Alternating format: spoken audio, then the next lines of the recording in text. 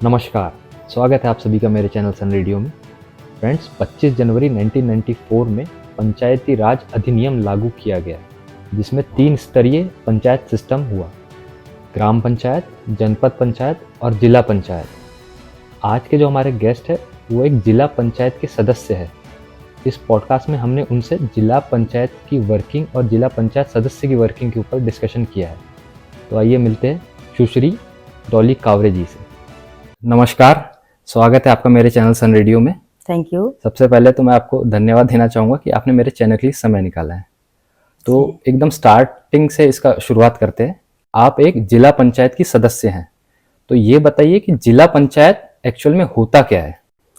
जिला पंचायत त्रिस्तरीय पंचायत चुनाव जनपद और सरपंच के सबसे ऊपर की कड़ी होती है, जिसमें 27 जिला पंचायत सदस्य होते हैं, जिसमें एक अध्यक्ष होता है, एक उपाध्यक्ष होता है। अध्यक्ष को चूंकि राज्य मंत्री का दर्जा प्राप्त होता है। अभी हमारे अध्यक्ष हैं सम्मानीय सम्राट सिंह सरस्वार जी, जिनको अभी बालाघाट लोकसभा संसदीय क्षेत्र से सांसद की टिकट भी मिली है जी। और इसका एक्चुअल रोल क्या होता है जिला पंचायत का? जिले में चल रहे कामों की मॉनिटरिंग करना, और जहां पर काम ठीक प्रकार से नहीं चल रहे होते हैं वहां पर हमारे माध्यम से हिदायत भी दी जाती है कि काम ऐसे नहीं, काम अच्छे से होना चाहिए। इस प्रकार से हम लोग उनको बोलते हैं। अच्छा, तो ये जिला पंचायत सदस्य बनने की प्रोसीजर क्या रहती है, या फिर आप कैसे जिला पंचायत सदस्य बने हैं? भैया एक्चुअली मैं इसके लिए तो बहुत मुझे स्ट्रगल करना पड़ा। मैं एक टीचर थी जी, आपके हट्टा हायर सेकेंडरी स्कूल में मैं पढ़ाती थी, गेस्ट टीचर थी। हाँ, हाँ। 2010 में महिला आरक्षण हुआ, और पहले से मुझे राजनीति करने का, राजनीति के माध्यम से मतलब जनसेवा करने का पहले से मुझे इंटरेस्ट था। तो मैंने 2010 में चुनाव लड़ा, निर्दलीय चुनाव लड़ा। उस समय मैंने 10,000 वोट ले लिया, थोड़ा कॉन्फिडेंस आया जी। तो मैंने कहा अब मैं चुनाव जीत सकती हूँ। 2015 के चुनाव में फिर महिला आरक्षण हुआ जी, और महिला आरक्षण के दौरान फिर मैं चुनाव लड़ी और 15,000 लगभग मतों से मैं चुनाव जीती। फिर मैंने और मेहनत करी क्षेत्र में कि भाई अगला चुनाव भी हमें लड़ना है। तो 2023 का जब चुनाव आया जी, तो तब मैं 8,000 से फिर पुनः जीत गई। इस प्रकार से 2 पंचवर्ष तक मैं लगातार चुनाव जीती। हमारे एरिया में लगभग 27 पंचायतें आती है जी, और जस्ट उसके डबल गांव हो जाते हैं। 27 के में डबल गांव 29 पंचायतें आती है, सॉरी 27 नहीं 29 पंचायत, 29 पंचायत के डबल गांव टोटल 50 से 60 गांव हो जाते हैं। अच्छा। टोले मजरे मिला करके इस प्रकार से हमारी पंचायतें आती है। तो दीदी मैं जानना चाहूंगा कि जो आपका जो पद है अभी जिला पंचायत सदस्य का, तो इसमें आपको सरकार की तरफ से क्या अधिकार आपको मिले हैं? हमें जिला पंचायत एक जिला पंचायत सदस्य को करोड़ों की राशि आती है, परंतु एक जिला पंचायत सदस्य को 15-15 लाख रुपए की अपनी निजी राशि आती है, जिसमें से अपन लोग अपने क्षेत्र में बहुत सारे ऐसे काम करा सकते हैं, जैसे सामुदायिक भवन हो गया, रोड हो गई, नाली हो गई, सभा मंच भी बनवा सकते हैं। इस प्रकार से अतिरिक्त रूम बनवा सकते हैं। ये सब काम जिला पंचायत सदस्य के माध्यम से जैसे कि विधायक और सांसद को जो विधायक निधि बोलते हैं जी, और तो आपको वो फंड आता है 15 लाख रुपए का सालाना एक सदस्य को। हाँ, एक सदस्य को 15 लाख रुपए सालाना ईयरली उतने वो काम करा सकते हैं। हाँ, करा सकते हैं। और भी बहुत सारे ऐसे माध्यम रहते हैं, जैसे डीएमएफ के पैसे आ जाते हैं, गौण खनिज के, वो हम लोगों को कुछ मिल जाता है।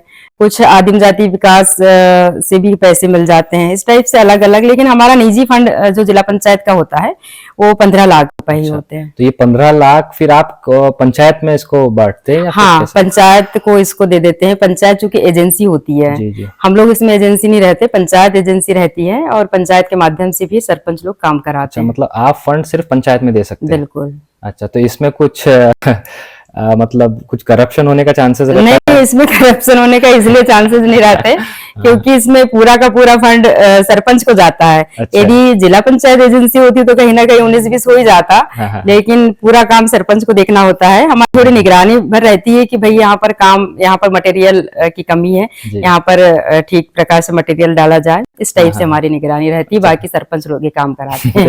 इसमें भ्रष्टाचार करप्शन की कोई बात ही नहीं, कोई गुंजाइश ही नहीं है। 25 जनवरी 1994 में पंचायत राज अधिनियम आया था, तो तब से लेके आज में इसमें क्या बदलाव आए हैं? काफी बदलाव है। 1994 में जब पंचायती राज अधिनियम लागू हुआ था, तब बहुत सारी योजनाएं चल रही थी। तब तो ऐसा था कि आंगनबाड़ी कार्यकर्ता की जब भर्ती होती थी तब भी जिला पंचायत सदस्य, जनपद सदस्य उस भर्ती को किया करता था। लेकिन आज वो योजनाएं सब बंद हो गई। पहले बहुत सारी योजनाएं चल रही थी, बीआरजीएफ योजना चल रही थी, जो कि जिला पंचायत की सबसे बड़ी योजना थी। बीआरजीएफ योजना वो चल रही थी। आईएपी योजना चल रही थी, जो नक्सलाइट एरिया के लिए वो जो फंड आते थे नक्सलाइट एरिया के लिए, बीआरजीएफ आईएपी योजना वो चल रही थी। LWE योजना चल रही थी। सर्व शिक्षा अभियान के तहत हम लोग बहुत सारी स्कूलें बनाया करते थे। वो सब योजना 1994 की थी। आज वो सारी की सारी योजनाएं सारी बंद हो गई नरेंद्र मोदी की भारतीय जनता पार्टी की सरकार के चलते। तो जैसे कि जिला पंचायत सदस्य के लिए आपने बताया कि फंड तो 15 लाख का रहता है, लेकिन इसमें आपको कोई सैलरी या भत्ता कुछ मिलता है? हाँ, सैलरी अभी पहले तो पहली पंचवर्षीय में 4,500 ही मेरी सैलरी थी, लेकिन माननीय शिवराज सिंह चौहान जी ने बढ़ा करके इसको 13,500 तक मंथली अच्छा दिए करवाए। अच्छा, 13,500 रुपए, 13,500 मंथली पे हाँ, मतलब पे होता है। अच्छा, आपको क्या लगता है कि जिला पंचायत सदस्य के कार्यों में सरकार से और क्या आप अपेक्षा करती कि इसमें और सुधार की क्या जरूरत है? हम सरकार से हम यही मांग करते हैं, चूंकि एक जिला पंचायत सदस्य के क्षेत्र में 50 से 60 गांव आते हैं, 29 तो खाली पंचायत ही होती है, तो इसमें थोड़ा फंड बढ़ाया जाए। क्योंकि हम सालाना भी यदि हम काम देते हैं तो एक काम लगभग 5 लाख, 3 लाख, 10 लाख ये काम होते हैं। तो 15 लाख की राशि में हम लोगों को 2 या 3 पंचायत को ही मतलब देना होता है। इस टाइप से पूरी 500 साल में मतलब 15 लाख, 15 5 75 लाख, ये बहुत बड़ा बजट नहीं होता। हम सरकार से ही चाहते हैं कि कम से कम 50 लाख रुपए एक सदस्य को होना चाहिए। अच्छा, मतलब फंड्स ज्यादा मिलने चाहिए। हाँ, ज्यादा मिलना चाहिए फंड्स, ताकि पूरी पंचायतें कवर हो। तो आपका अपने एरिया के लिए क्या आपने सोचा है अभी कि क्या आप इस पंचवर्षीय में आप क्या डेवलपमेंट करवाना चाहते हैं? अभी कार्य योजना बनाकर हमने दिया है, और कार्य योजना में हमने बहुत सारे ऐसे काम भी दिया है। हाई मास्क लाइट मैंने सिवनी कला में दिया है, ओकासी में दिया है, मोहगांव में दिया है, मोहगांव, खारा मोहगांव कला में मैंने काम दिया है। और अभी सेकंड राशि तो आई नहीं है, अभी लगभग 2 साल हो गया, लेकिन कार्य योजना सरकार के द्वारा मांगी जा रही है। उसमें हमने नाली भी दिया है, रोड भी दिया है, और सौंदर्यीकरण वगैरह का काम भी हमने दे रखा है। तालाब सौंदर्यीकरण होते हैं, अपने मोक्ष धाम में सौंदर्यीकरण, और जहाँ सरपंच लोग को कराना होता है उनके प्रस्ताव लेकर के हम लोग कराते हैं। तो आप एक मतलब फीमेल पॉलिटिशियन है जी, और मोस्टली मतलब मेल पॉलिटिशियन ज्यादा है अपने कंट्री में या फिर अपने जिले में भी बोला जाए, तो आपको कभी ऐसा अलग फील नहीं हुआ या फिर कभी मतलब कभी अनईजी फीलिंग नहीं? तकलीफ थोड़ी होती है एक महिला होने के नाते, लेकिन मैं तो जनरल सीट से चुनाव जीती हूँ इस बार का। पिछले 2 टर्म में मैंने महिला आरक्षण में चुनाव जीता, और अभी तो जनरल सीट में मैंने चुनाव जीता। हमारे यहाँ और बहुत सारे दिग्गज नेता थे मेरे साथ में, तो एक रनिंग में जिला पंचायत सदस्य मेरे साथ में चुनाव लड़े थे, पहले पूर्व में रह चुके थे, ऐसे भी मेरे साथ में चुनाव लड़े थे जिला पंचायत सदस्य, और मैं अकेली महिला थी जी। और अच्छा मैंने काम किया क्षेत्र के लिए, इसलिए दोबारा मैं रिपीट होकर आ गई। तो थोड़ी तकलीफ तो होती है, लेकिन अपना उद्देश्य भी तो रहता है कि हमें इस लक्ष्य को प्राप्त करना है, तो निसंदेह महिला भी हो तो कर सकते हैं। बिल्कुल। चलिए, बहुत बहुत शुभकामनाएं आपको आगे के लिए, और मेरे चैनल के लिए आपने जो समय दिया उसके लिए बहुत बहुत धन्यवाद। Thank you.